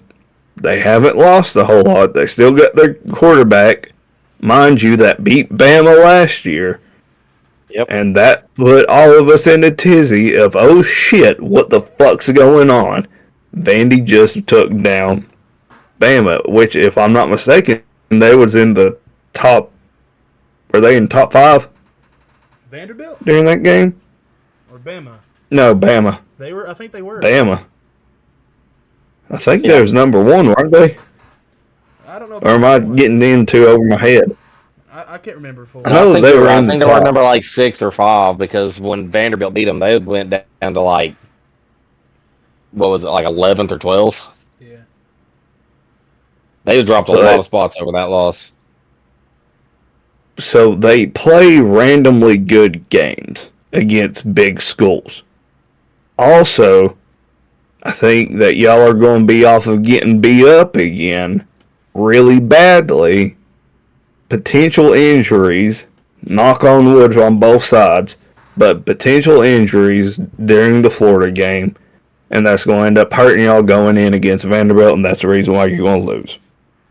Okay. I mean, I understand where you're coming from, but I'm really thinking that if my viewpoint is if we can topple Georgia and survive Florida without getting too beat up, I think we beat it, Vanderbilt. But in either way, though, I mean, to me, guys, y'all ceiling is undefeated at 12-0, right? Yeah. And to me, y'all's floor is higher than Florida's floor, and I have y'all's floor at 8 wins on this season. That's your floor. Yeah. So feel good about that. I got y'all higher than Florida with your floor. So I'll take it. after we spent so much time on that, Let's move on from some sports for now. All right, Let's get off sports for a hot second. all right. So our next little segment here, we're going to talk about, and I guess we're going to be a little bit quicker with all these other ones, but we're going to talk for a minute. So this next one is the Universal Studios Halloween Horror Nights. We're going to talk about what houses they have already announced, and we're going to talk about what they possibly could add. Ridge, you got the list? Yep, sorry, I was off on the side, slightly distracted just now, so my apologies in advance. But what we know that is coming to Halloween Horror Nights is Five Nights at Freddy's is coming. Yep. Fallout is going to have a house. It's going to be a New Vegas. Bro, you're kidding me. Oh my god, dude. Jason Universe Yep. is going to have a house. So technically Friday 13th for That'll be everybody cool. that doesn't know what that is, but yeah. Yeah. And then all the original houses have been announced for this year, starting off with, and forgive me if I pronounce this wrong, it's slightly in Spanish, and I'm not good at it. Oh. It's El Artista, a Spanish haunting. If that's the house, I think, like, if that's the one that's got La Llorona and a couple other, like, Hispanic lores in it, that's gonna be nuts. No. Is it not? Okay. No. This is a whole new little thing that they've created. Okay. You can go to their Halloween Horror Nights X profile, and they have a whole video on this new character that they even created for it. So, Okay, cool. all right. After that, the next new house for this year, which technically has been shown before at Halloween Horror Nights in another original house. It was in their Slaughter Cinema. Oh. It is Hatchet and Chains Demon Bounty Hunters. Oh yeah, I remember that. Ooh, that sounds cool. I remember that. Then after that, we have Dolls. Let's Play Dead. Fuck Nope. that. No, Where brother. I you're am going like to Zach Bagans when it comes to become that the crap. size of a doll Yeah, and be torturized by other dolls and toys. Nope. Hey man, the last time somebody jumped in my face No, thank wearing you. a doll face mask, you can ask Ridge about punch the motherfucker. This is true. All right. After that, the next one is Grave of Flesh. Ooh. That sounds pretty sinister. Where apparently they welcome you to your funeral, where it goes from bad to worse. You'll enter the underworld and be hunted by flesh eaters for eternity. That's crazy. That sounds wild. Yeah. Okay, this last one is also a name that I cannot fully pronounce, so forgive me if I say it wrong. I'm going to say it the way I see it. And it is called Galkin Monsters of the North. Oh yeah, is that Norse one? Yes, Yeah, that sounds pretty cool. some Norse monster. Well, hopefully Yes. it's a Wendigo, because that would be sick. Oh, It's some floating chick. You'll just have to see it. Okay, I'll have to look it up. Sorry. we need to be able All to right. pictures to go. The only house that I can think of that they will add is Terrifier, Oh man, yeah, that would be a good house. because I'm seeing. Terrifier is What'd you say? still on the table. That's still on the table as a thing. Because just with people who, get pictures of like set pictures and all that, and I've seen apparently like a leaked Halloween Horror Nights graphic of something Terrifier, like the Terrifier, and that's like what I've seen people post is like it looks like like it might be from Hollywood, maybe, who knows, but I saw what looked like the intro, like the entrance to the Terrifier thing from the movies, like the haunt or the maze or whatever. So that's why I think Terrifier. So The only one other than Terrifier that I'm thinking of that is still heavily rumored is they are going to have a WWE haunt Yeah. where it's going to feature Undertaker, Kane, and the Fiend and all of his friends, like Firefly Funhouse. You know that's probably going to happen because apparently somebody was at one of the Universal stores the other day and the WWE logo was in the background, like came up on the screen that's behind the counters and stuff like that. So that's another big one that I think is on the table. Other than that, it's all up in the air still, I think. I don't think that there's that many more houses to announce, neither. I could be wrong, but... Well, it's supposed to start in 2 I was going to say it would be cool. I was going to say it'd be cool if they did like an Alien Romulus style. Oh. Yeah, Dude, could you imagine? Has there ever been is Alien Universal? No. Alien's Disney. No. Alien is underneath Disney, but if you want to get technical, it's underneath the Fox banner. Yeah, I just remembered. That's right. I just remembered because that new Alien show coming out on Hulu. But yeah, no, I think these are cool. Take it. Yeah, those are cool. If they, I was the Terrifier one, man. But what's it? Oh God, man. I have to try to somehow sneak down there for a weekend or something. Whether it's just a Saturday and come back Sunday or something. Yeah. May have to sneak down there. What? When? I just at some point if I can. The thing is, if we go to Scarefest, we're not going to get to go. Right. Probably not. Yeah. But yeah, so y'all cool with go to the next one? Yep, we're good. Let's go. All right. So this next one we're going to talk about. Apparently, according to Ridge and the internet, the Mummy reboot has wrapped filming. And it's being directed by Lee Cronin. What reboot? The Mummy. Oh, The Mummy. Ooh. And apparently Blumhouse and James Wan is in on this movie. Now, the only thing I'm going back and forth on, do we know if this is like a reboot of Brandon Fraser's Mummy, or is it just going to be a new Mummy? Like, are we going to do like how they did like The Invisible Man and Wolfman? I think that this is... Yeah, go ahead. I think that this is going to be a new telling, like what they're doing with the Invisible Man and Wolfman. My only thought is, for the love of all get out, because we've had some hiccups, I feel like, and y'all can correct me if I'm wrong on this, but I feel like we've had some hiccups with the Wolfman. So it's gotta be scary. It's a reboot, promises a fresh horror focused take, aiming to differ from previous Mummy films. Well, that's the thing with Wolfman. Same title, you can give that same little run for that, but I still want to jump out of my seat a little bit, right? And I didn't get that out of the Wolfman.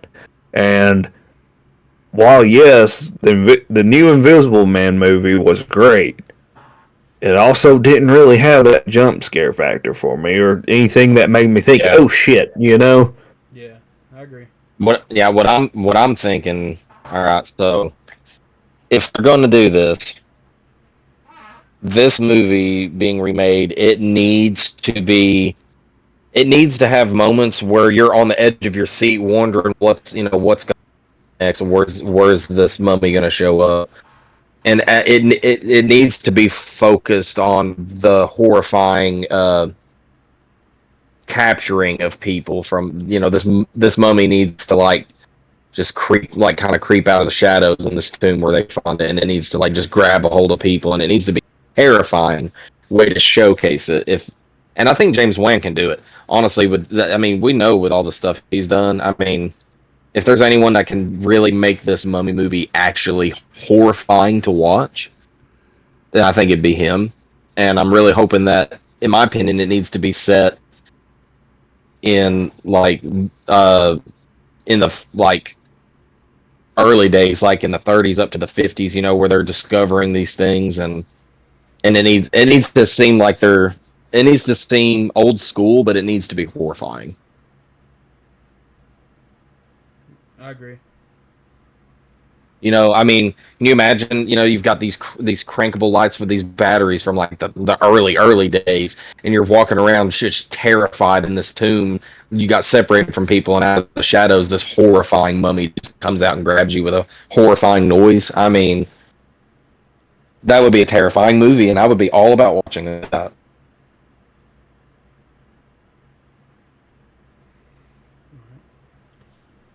Reed, you got anything else to say on this movie?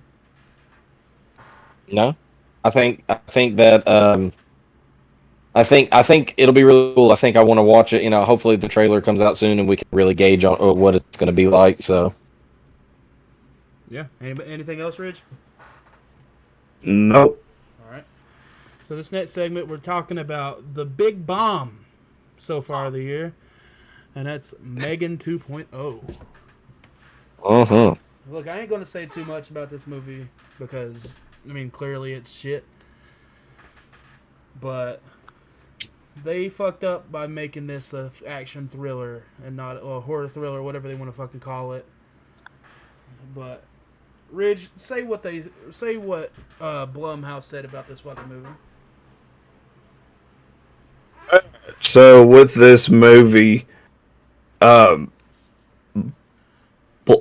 Blumhouse officially has a flop on their hands, and during their opening weekend, it only made $10 million. Now, while $10 million seems like a lot to us, it's not a lot when you remake a movie, especially when you remake it with a higher budget than $10 million. But also at the same time, on the bright side, Jason Blum owns up to it and realizes that the movie was a flop, and said that this was one of those characters where they thought they could just do anything with it. They thought they could treat it like Superman in a way of, you can have this character anywhere and everywhere, and it's going to fucking stick. Clearly, that don't work. This doesn't need to be Terminator, okay? You don't need to go the Terminator route with a character like this. You just create another upscaled, even worse, bloody, disgusting movie, and the right fans will love it. But you went for a certain fan base, and now we don't love it. So fuck you for doing that. But I'm not going to hold that over Blum's head, because also it was said that this was a movie that the director wanted to do. Strictly the director wanted this movie. So they made it because they figured that it could work. The thing is how the hell you going to make her a horror movie, and like a really good one at that? Like the first Megan was really good in my opinion. Like it shocked the shit out of me. Like I thought I was going to hate it, but I loved it. But for you to do this to it, and I mean, look at the picture I've got on the goddamn screen, bro. Like, how the fuck do you get to that? That don't look terrifying at all. That looks like a new age version of Spy Kids. I was just about to say it looks like Spy Kids 3. That's exactly what it looks like. A new age version of that movie where they included a fucking robot of today's day and age in there or some shit. This movie's but at least Jason Blum owned up to it. Realizes that this was a bad movie and didn't just blame it on other things that like he could have. He takes ownership over it.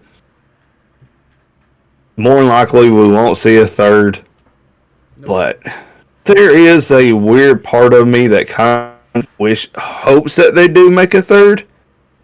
just so that a way they can take the correct turn and fix their wrong Yeah. in a third. You got anything to say about That's all I that? got on it. Caleb, you got anything on this?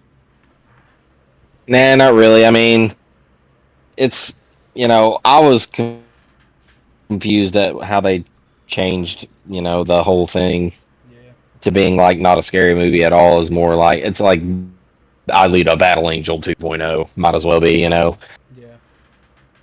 It does feel And like Alita. eh, yeah, I'm not very. I wasn't.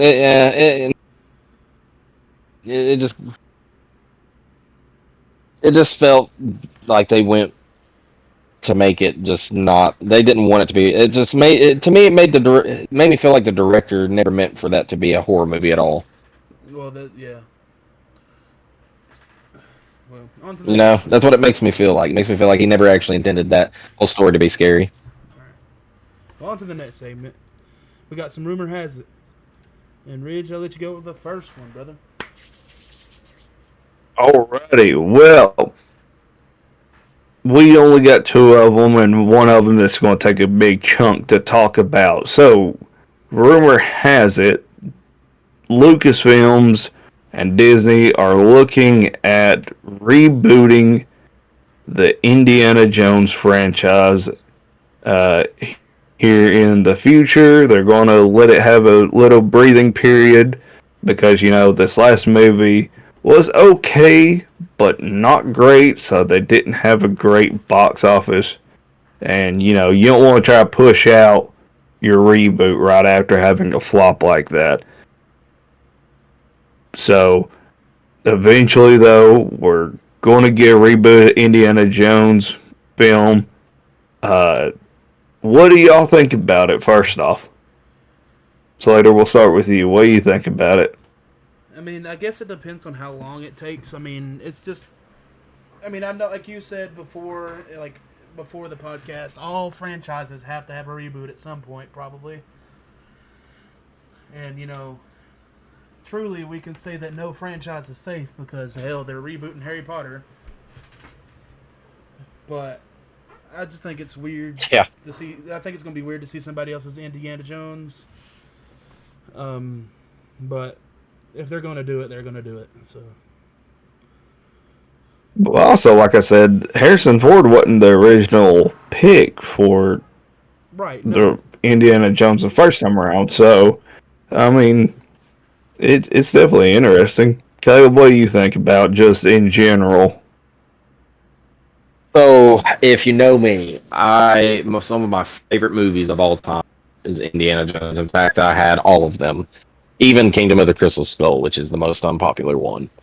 And um, my favorite one of all time is the third one. The Last Crusade is my favorite of all time. It's a good one.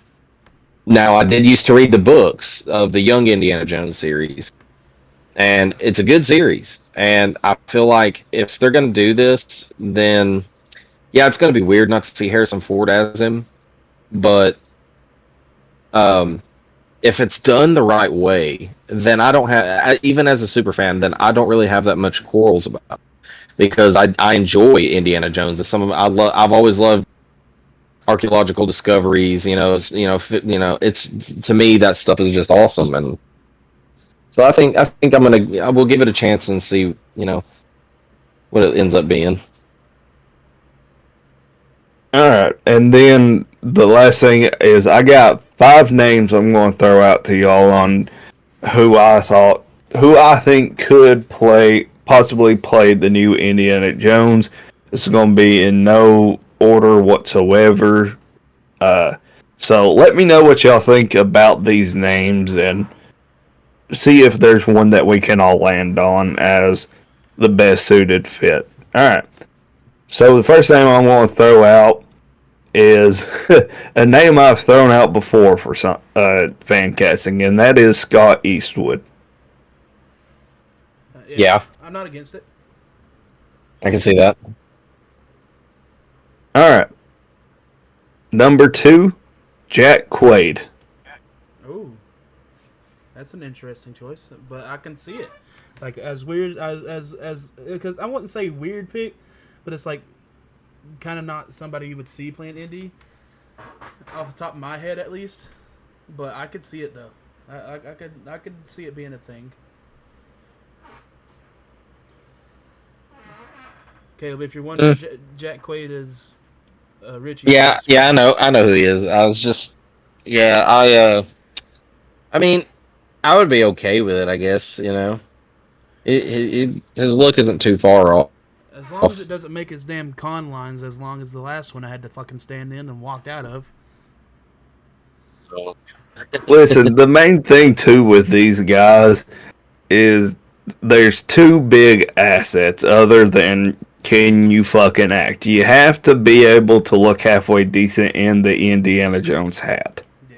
Because that's one of the iconic things is his hat, right? Yeah.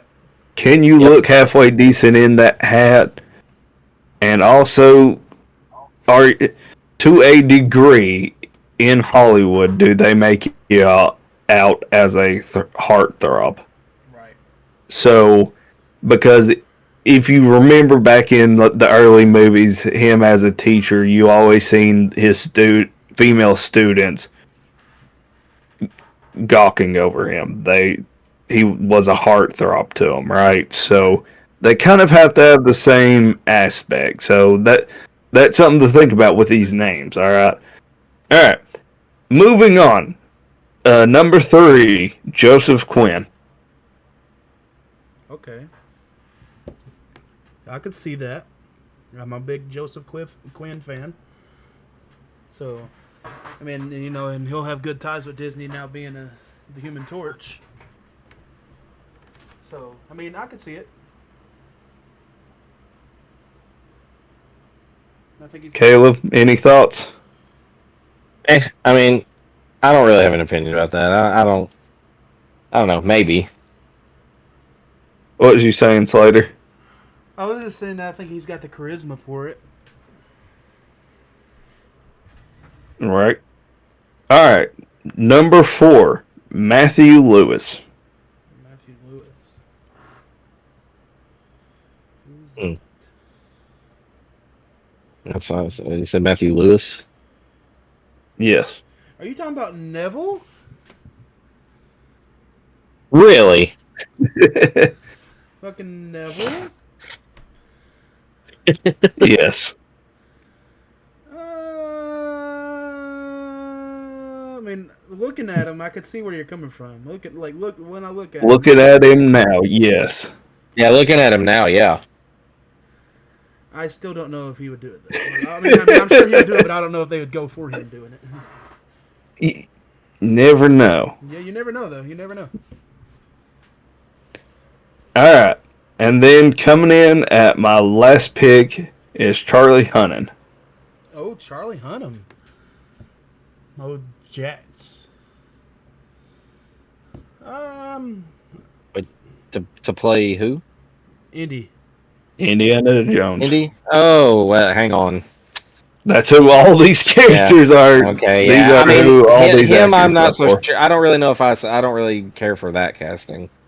I love Charlie Hunnam, but I don't know if I could see him as Indiana Jones.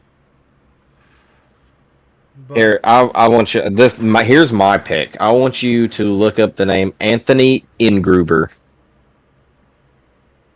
Who? Anthony who? Anthony, and then his last name is spelled Ingruber. Okay. Ingruber. Yeah, he's not bad.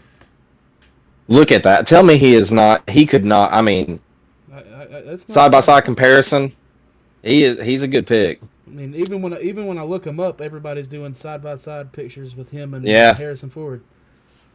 He's got a very very close resemblance to him. Oh, he was in Indiana Jones, bro. I was about to He's say, in I'm it. pretty sure he was in it already. He was in the Dial of Destiny. He was in the new one. Oh yeah. Well, I think he is a better looking Indiana Jones Oh, well, he played Indiana compared Jones. to the rest of them. Well, I'm saying exactly. So in my opinion, they should just go with him. Yeah, he was. So my only thing against that is that you're having him play. while yeah, he's playing Indiana Jones, you're also having him look a lot like Harrison Ford. Yeah, Caleb. Now that I look it up, Yeah. So he's already You're he's also played Indiana. He's also played Harrison Ford's son in the movie Age of Adeline. in what? The movie Age of Adeline. He played Harrison Ford's son in that Oh, movie. okay.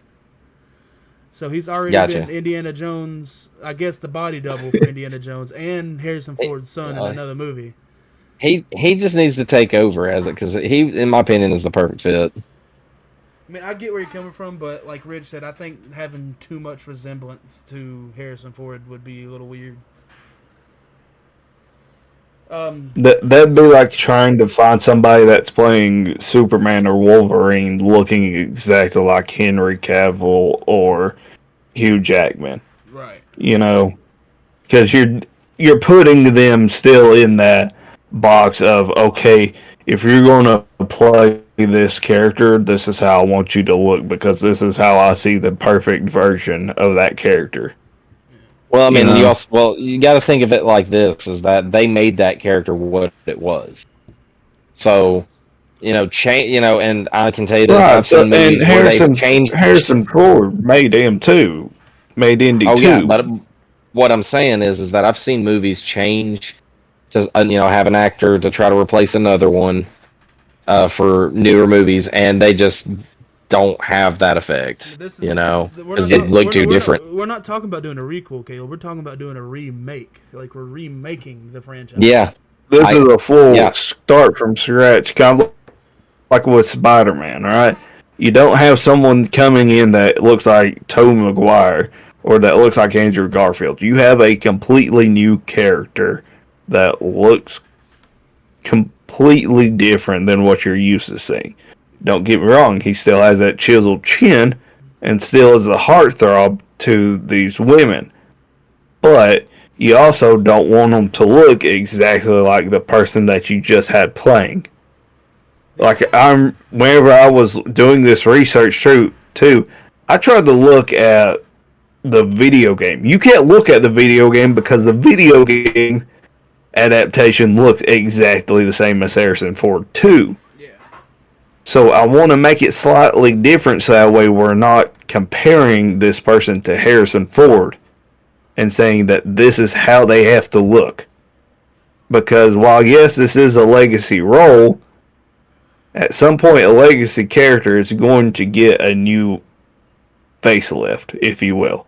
They're going to have somebody yeah, new and step in. it's usually never for the better. I wouldn't say that I because would confidently say that. again, a good example is Spider Man. Every Spider Man iteration that we got, to me personally, has been great. Because, I mean, if you look, Tobey Maguire, at the time, fucking great. Andrew Garfield, fucking great for the time. Tom Holland, fucking great for the time. The only And person, whoever they end up getting for Wolverine, for whoever they get for, because if they reboot the MCU like they're saying and bringing in a new Iron Man, new Captain America, those people are going to have to look great to take over these roles because we've been used to seeing Robert Downey Jr. playing Iron Man, used to seeing, these certain characters we've been used to for so long taking on new roles. What it comes down to, not only does the acting should be good either way, and they should look the part, but also the writing has to be good and the directing has to be good. All of it Oh has to yeah, be good for that character to be good, not just one thing. So we'll have to see in time to get to that point. before we move on, I just want to say the only person that I think that could probably play a good Indiana Jones, and I've fan casted him before as well, and that's Jonathan Bailey. See, I thought about throwing him in too, but I was like, that's something Slater will throw in, I feel like. they tried saying Ryan Gosling on Google, and I was like, no, Yeah, no. All right, so absolutely not, They let's go. absolutely they're not. throwing him like Tom Holland with everything. All right, let's move on to the next segment because we've been going for a minute. All right, so Ridge, go ahead with our next. Rumor has it. All right, rumor has it, and this is a short, sweet, simple one, is that the DCU has cut out a scene from the Superman movie because in this scene, Crypto the dog gets punched by Ultraman. And the fans weren't too pleased with it for a majority of the fans, not just like a small little section making a lot of noise. It was all around to everyone that seen the pre-screenings of it said, yeah, we can understand certain things happening with the dog, but the dog getting punched by Ultraman was the one thing they said no to. My thing is, if everybody, like you said, if it was everybody reacting to it, then it must have been too much. Like, now that I think about it, like, it must have been too much if everybody's saying something about it and not just a small group of people. Well, I mean, you're probably right, but there is that majority. There is that group of people that is just pussified and can't handle like when anything like that happens at all. And I agree. So, and it's just I'll a make movie. the I'll Let's make make the that clear. argument Just a on movie. this too. I'm going to make a slight argument on this too. Okay, is this a super dog? Same superpowers as Superman, of course. Is it fine that he gets tussled around? Of course, because he'll fight back. But from what we've heard of, Ultraman is pretty much possibly a clone version of Superman, right? Right. You don't want to see Superman being the one that punches his dog, right? That's just fucking wrong. Right. Also, the other slight argument I'll make over this is that dogs are kind of like babies in a sense, right? Yeah. You could make a super baby in a movie. It'd be a fucking hilarious movie, don't get me wrong. That idea is hilarious. They can get into a tussle with people. But the thought of a grown But man this- punching him. Right, but the second you have a grown man overpowering them and punching them down, that's whenever everyone's going to draw a line. So I can understand. Don't get me wrong. If it was that he got punched and he shook it off, and it was kind of like he just spit out a tooth and started kicking Ultraman's ass, sure, that's fine. But the way they made it sound was that's not what happened at all, and he did not shake it off. Because So- could you imagine Crypto seeing Ultraman without his mask on to see that it looks like Clark, and he goes to go up to him and he punches him, and it kind of like fucks with Crypto a little bit. Shit, yeah. Yeah, That'd be awful. Yeah, I can understand that. Now, don't get me wrong, too. And I've heard it from other people, I got kind of a little bit like, wait, what the fuck happened to Crypto whenever you see that little clip of Superman busting in the door to, what's-his-face's office? Lex Luthor's office. You kind of get that feeling of, what the fuck just happened to that dog? I'm sure that's the same way certain people felt whenever they was watching, John Wick movies, and whenever they figured out the dog died, they probably didn't like that all that much. So just to the certain extent of something happening to Crypto, it's kind of like a what the fuck's going on thing. So if you punch the dog and he stays down after the punch for a hot minute, I would probably be getting a little aggravated too. All right. Anyone else? No. Nah. Alright, let's get on to our last topic. All right. So our last topic is about Ironheart. We're just gonna loosely review it, just because I don't really want to spoil it because it's kind of fresh. But just give a good general recap, or not even a recap, just a review, like a quick, simple review. Ridge, I'll let you start off. See, now you done fucked up. Well, no, You're letting hold on. Now, at the end of it, we're gonna give a big spoiler at the end of it. That's for damn sure. But just go ahead and talk. You fucked up handing it to me first. It's like trying to not start a fight and you let the one that's ready to fight go first. So overall, the show was okay. It felt like clustered, especially at certain times. There were certain things that I sat there and questioned, and I was like, wait, why the fuck did that happen? Why didn't it happen this way? Why didn't that character ask these questions?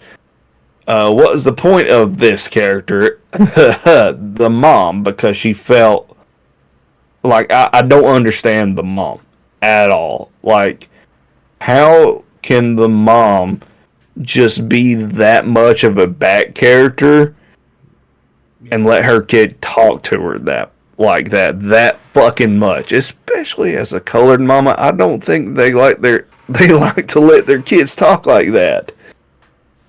Anyways, besides that point, because I know damn well my parents wouldn't let me sit around and talk like that to them neither. Nope. I just don't understand certain parts of it, and then, at the end, the one character that if you look on Google right now, you'll see that the character is in the show. If you go to IMDb, you'll see the characters on the show. If you see anything related to Marvel anywhere, you'll see that Mephisto is in the fucking show.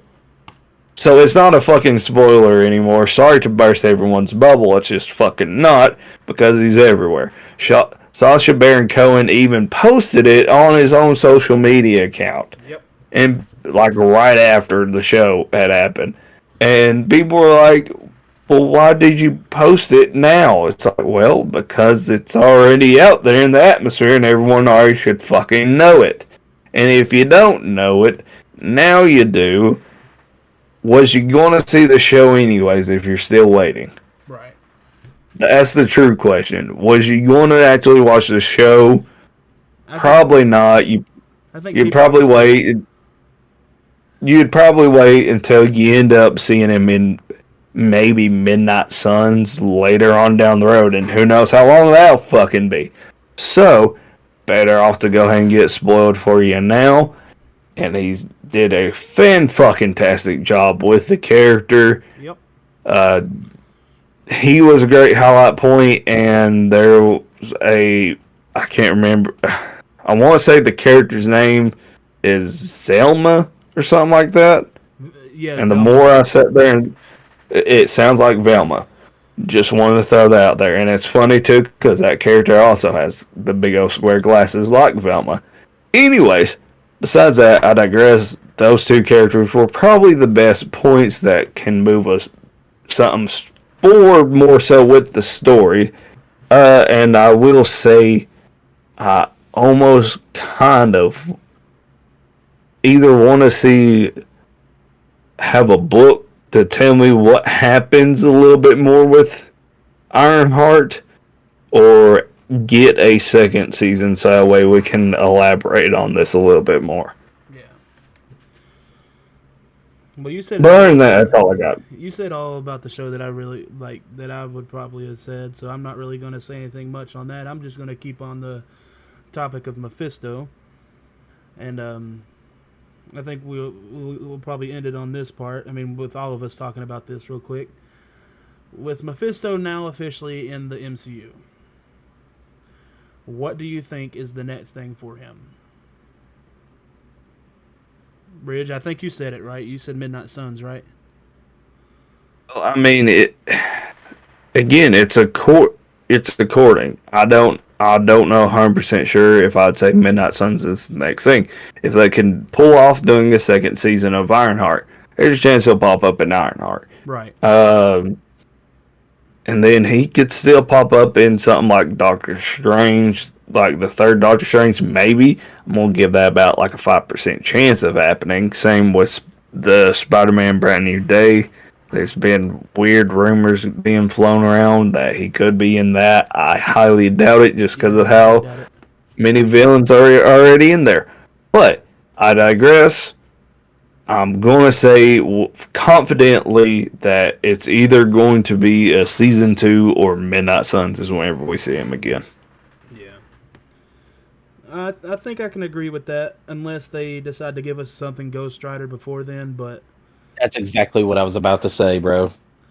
But honestly, there could be a possibility of him popping up in like a flashback or something like that. Like if Ghost Rider does show up in Secret Wars or Doomsday, I feel like if it's our Ghost Rider, they'll probably bring up something with him.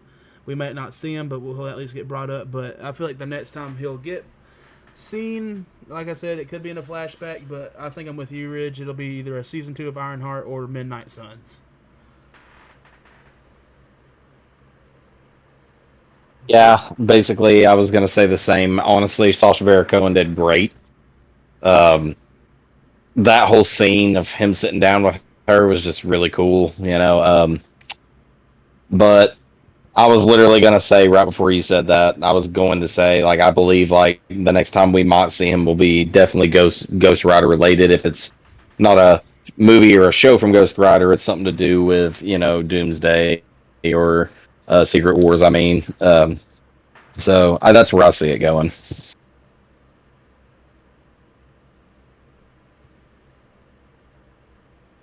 So Uh, we may be getting a question here in a minute from a buddy of mine.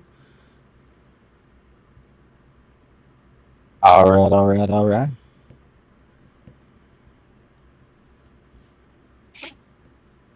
Oh, let's see.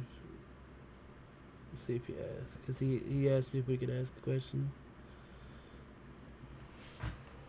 Let's see if he sends one.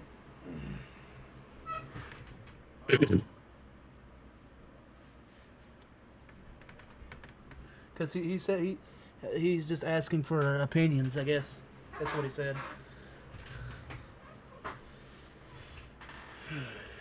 Let's see.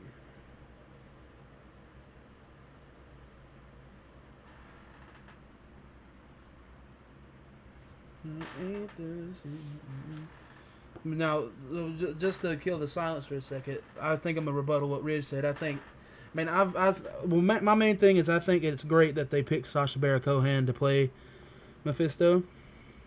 I mean, he's been a fan cast for years, even before they filmed this. So I think that it's great that Marvel listened to the fans on that one. I mean, I'm sure they were like, oh yeah, I mean, hell, of course.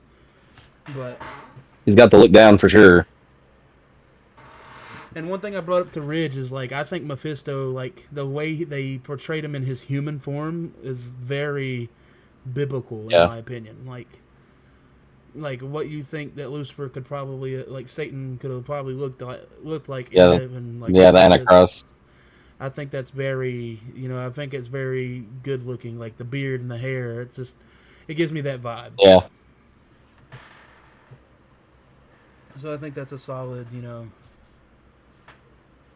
I think that's solid. by the way, Slater, at some point we need to do a theme park uh, update. Yeah, we do.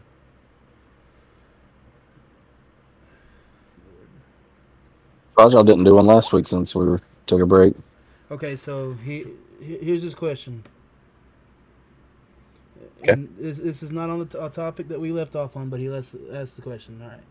So he said, I was wanting some opinions on 2 games I've been playing recently, Skull and Bones, and it says they are they are revamping the game and making it hand-to-hand combat. Do you think it will save the game? And he also asked, and have any of you guys played the new College Football 26? What's the info on it? So I don't know much about Skull and Bones. I know that it kind I of. do. I know. Well, you go ahead and say it then, because I don't know much on it. So I mean, the game, the way it took off, it was kind of like it was like they were treating it as a major upgrade from Sea of Thieves, and it was in a lot of ways, but it had a lot of shortcomings, and I think that's what made the game kind of like very lackluster to the major player base, and that's why they all started to float away to different games. And they would go to For Honor, or they would go play, back to Sea of Thieves. I think that them adding the hand-to-hand combat could revamp the game, but I honestly think it's going to be a short-term thing because people are going to want to do more things than just hand-to-hand combat in that game, and it's just, I don't know for sure how long it would revamp it. I could see it coming back for maybe a year from that, and that's me being kind of optimistic just because of how hard that game crashed after the player base kind of found it to be lacking what they desired out of it. So, I mean, I've watched gameplay. I haven't played the game myself, but I've watched plenty of gameplay, and it doesn't look like a bad game. I can understand why people may get off of it. I play games that people play.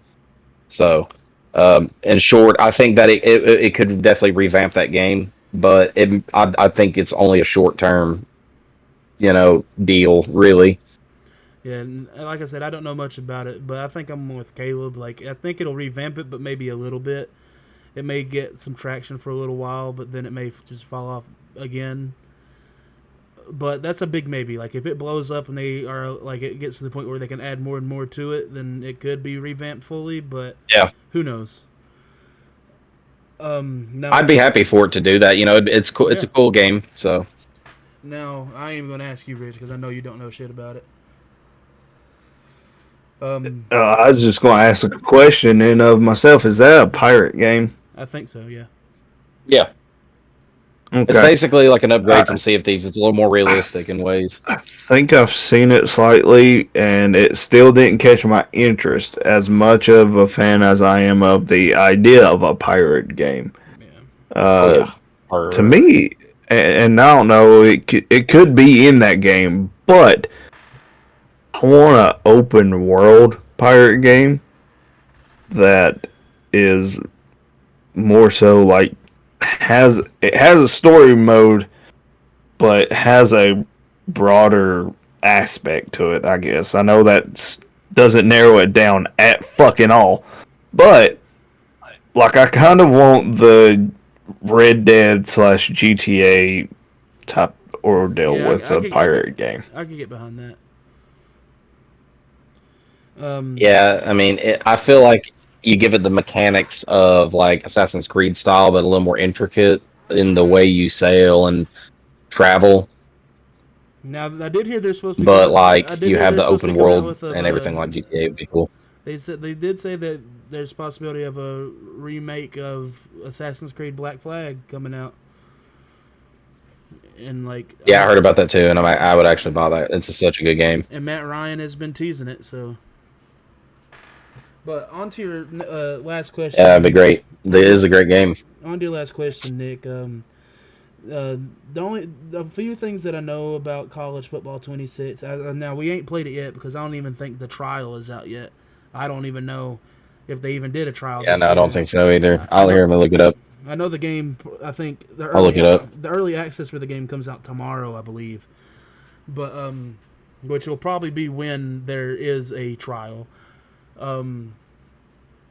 But I don't know too much new about it. I mean, I know they've added like 300 and something new plays into it. They added to where you can do audible, like you can do like fits your substitutions and shit like in the middle of the game. Like you don't have to pause it. You can do it in the middle of the down. And Yeah. I know in college, like in If you have any, what was you saying? I was just gonna say, if you have an EA Play subscription, Yeah, then July 7th, if you pre-ordered it, you'll have early access, but it will fully release on the 10th. yeah. But I know in Road to Glory, you start out in high school now, but it's not like a full season. I think you play like moments. Yeah, it's like you play like certain moments of games and not the whole game. And then you actually get to do like a hat ceremony. And like you can I know you can fake out, like do a fake pick where you like pick up the hat and just like nah, and like then put it back down. I've seen that in the gameplay that I've seen so far. I know that they have like it's not like a first person camera, but there's like a third person camera where you can like zoom in on your player as they're running out of the tunnels and stuff like that. I know Oh, that's they cool. I know they revamped the environment. They made it look more real. The graphics are better. They made the environments better. They added like night games, so like we get the kneeling at night, and we get like sandstorm for Cool. South Carolina and different stuff like that. But and I'm sure they added a lot more to fantasy, not fantasy, but dynasty and all that. But I don't know too much about dynasty. But I do know that um, they added a lot of and they added coaches this year. Coaches are actually in the game this year. So we got coaches, new Road to Glory shit. There's more customizations options for your coach. Like if you go to do a dynasty and make a coach, there's more customization options. But yeah, that's most that I know about it, and like the 300 and something plays and the substitutions. But that's pretty much all I know about it, Nick. But They also have wherever you're watching your player, some of the fans that have wear the face paint will actually, or not face paint, the body paint where they paint names on, will have your name painted on their chest. well, That's cool. So that's kind of cool. They also have drone shows to like how they actually do at some college games. Like I know one of the advertisements had Texas having the Longhorn drone Yeah. of a Longhorn, whatever. Yeah. And then I also know that they've added 2 new tiny teams to this year. Delaware Yep. and somebody else. I can't think of the other team. But so they've added 2 new teams that just came up, and then also they are going to be paying colleges based off of how much use. people play Yeah.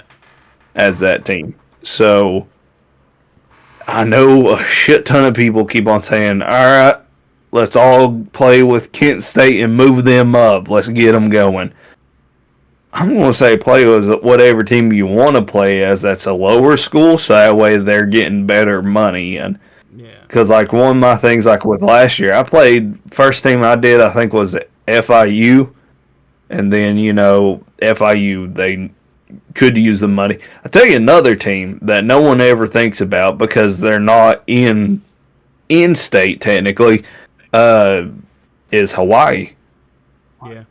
Hawaii's one of them schools that needs a new fucking stadium. They have a quote unquote new stadium right now, but it ain't a college football stadium. And you would think too, I've always thought this, you would think that there would be something attractive to wanting to go play in Hawaii, Besides but Hawaii. apparently not. Right. Well, I mean, that's a main grab right there, would it not be? Yeah. To just be in Hawaii to play football? Take it, I know it's probably cost an arm and leg to go play at that university, but that's the way it is with any big ass university. But anyways, that's my little sense on it. But yeah. And the last thing he said they need to bring back the mascot mini games. Yeah. I agree with you, Nick. My phone's about to die, so if you ask any more questions, I'm sorry, but my phone's on like 1%. But we need to wrap this podcast up. Anyways, we've been going for a while, We've been going a hot minute. Yeah. It's almost Any 11 other o'clock already. questions? Please bring them to the next episode, and they will be maybe answered by then. Yeah, for sure. But yeah, guys, if you made it this far, like I always said, thank you, and we love you and we appreciate you. If you made it this far, like, subscribe, share us out. Hell, grab your auntie's phone, grab your baby's iPad. I don't care what you do. Grab somebody's phone and subscribe to them for us, because maybe they'll Say, listen. Go ahead. I was just saying, maybe they'll find us eventually and be like, oh damn, this is actually cool. I wonder how that happened. Now listen, I know there's at least let's see here, hold on. There's at least 4 people I know of that watch this. So there's at least 4 people that can grab whoever's phone is right beside them and subscribe to our YouTube channel on their other person's phone, and they won't even know that you did it as long as you don't turn on that notification bell. I don't care. As long as you don't do that, they'll never know. If you do turn it on, we don't care, but at the same time, if you do turn it on and they don't want us right there, or they don't know how to get rid of us and they do want to get rid of us, that's the only reason why I say just don't turn it on. But do grab somebody else's phone, at least one other phone, and make them subscribe to us, and they won't ever know. But hey, subscriptions help. But now, guys, for real, thank you guys for everything. And anybody got anything else? Thank you for putting up with us with all these technical difficulties the past couple times. Yes. Yeah, for sure. But now, guys, we appreciate you, and we'll see you on the next episode. Bye.